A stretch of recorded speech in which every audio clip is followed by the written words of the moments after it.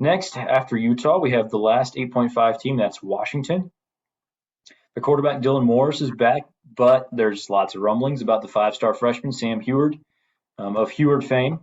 Um, Very talented player. Either way, I think they'll probably get pretty decent quarterback play this year.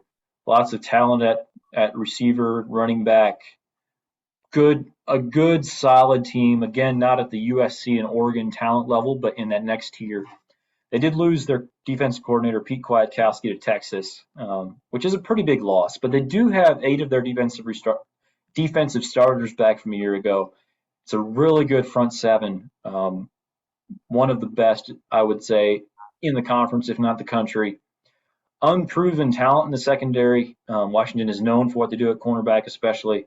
So I don't expect that to be a huge issue. It's just a little unproven right now, but I would say that it'll probably turn out okay based on their track record. Recruiting, I would say, has been a slight disappointment under Jimmy Lake so far, but don't underestimate the fact that he had to replace an awesome head coach in Chris Peterson, who I would say was a top 5 coach in the country. So when you have to live up to that as Jimmy Lake, that's tough. And most guys don't want to follow the guy.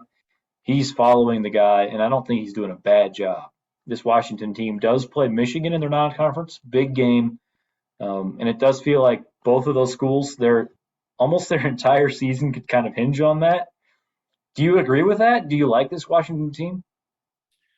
I do like them. I think Michigan's season hinges far more on that game than Washington's season does. I think the Michigan team's going to be desperate. This is, I think, and we've discussed this before in our Big Ten pod, but like for me, Michigan, I'm high on Michigan this year, and I think a lot of the reason is just because of pure desperation alone. Harbaugh, although he did get an extension, and much to people's chagrin in Michigan, he got an extension, probably did not deserve it. I still think he's on thin ice there. I really do. I think Harbaugh is going to have to. They're going to come out firing in that game. That's make or break for Michigan. So I do like Jimmy Lake, and I think this speaks maybe to some of the depth that we talked about, some of just the Pac-12 depth in general. But they've got a fairly tough schedule. There's not just a whole lot of just easy games. They are in the north, so they do miss. So they do miss Utah and they do miss USC in the regular season, but they still do have fairly tough games. I think the Oregon State game is going to be fairly difficult for them. Actually, have Oregon State beating Washington in that game, kind of my upset pick, I guess. I waffled on this one a lot. I feel the line is very good. I'm going to go under. I'm going to go 8-4, just slightly. I think Michigan beats them. Oregon State, Oregon will beat them. And then I think they do get knocked off by one more team somewhere in there. Kind of an upset pick. Have them finishing at 8-4. I don't think that makes them bad. I think that this is a really deep year, and yeah, I think they're going to be fine. I think at some point Heward will be the starter, kind of the 5-star guy, the freshman. I don't think he'll start right off the bat, but I think probably towards the end of this year, he's the future. He's probably who they're going to be going with.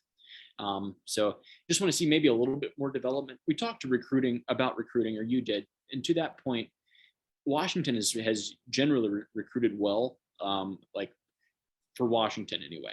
With Chris Peterson, they get 5-star guys in there fairly regularly. They're going to be in the top 30, and that's good. I mean, that you're getting really talented kids if you're recruiting consistently in the top 30 like they were. So yeah, I waffle back, still waffling back and forth. I'm going to go under. I'll go 8-4. If I have to put money on, I think they nailed this line. Yeah, I would agree with that as far as just it's a really good line. And I think probably our difference on this is just our difference of opinion on Michigan as well. I'm slightly on the over. I think they'll probably win that game. Again, not confident in that at all. So I'm guessing that's probably about where the difference lies for us. And you'll notice now I have picked the over on all 5 teams at the top of the Pac-12. I don't expect that to actually happen, but I liked the over slightly more than the under on all 5. And so I do think I'm going to get at least 3 of these right, which would be a 3-2 record. So I'd take that. So slightly on the over as well with Washington. Like the team a lot.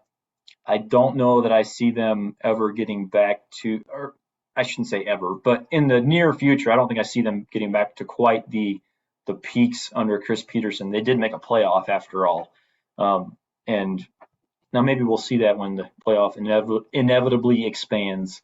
But yeah, I like this team. Don't love it.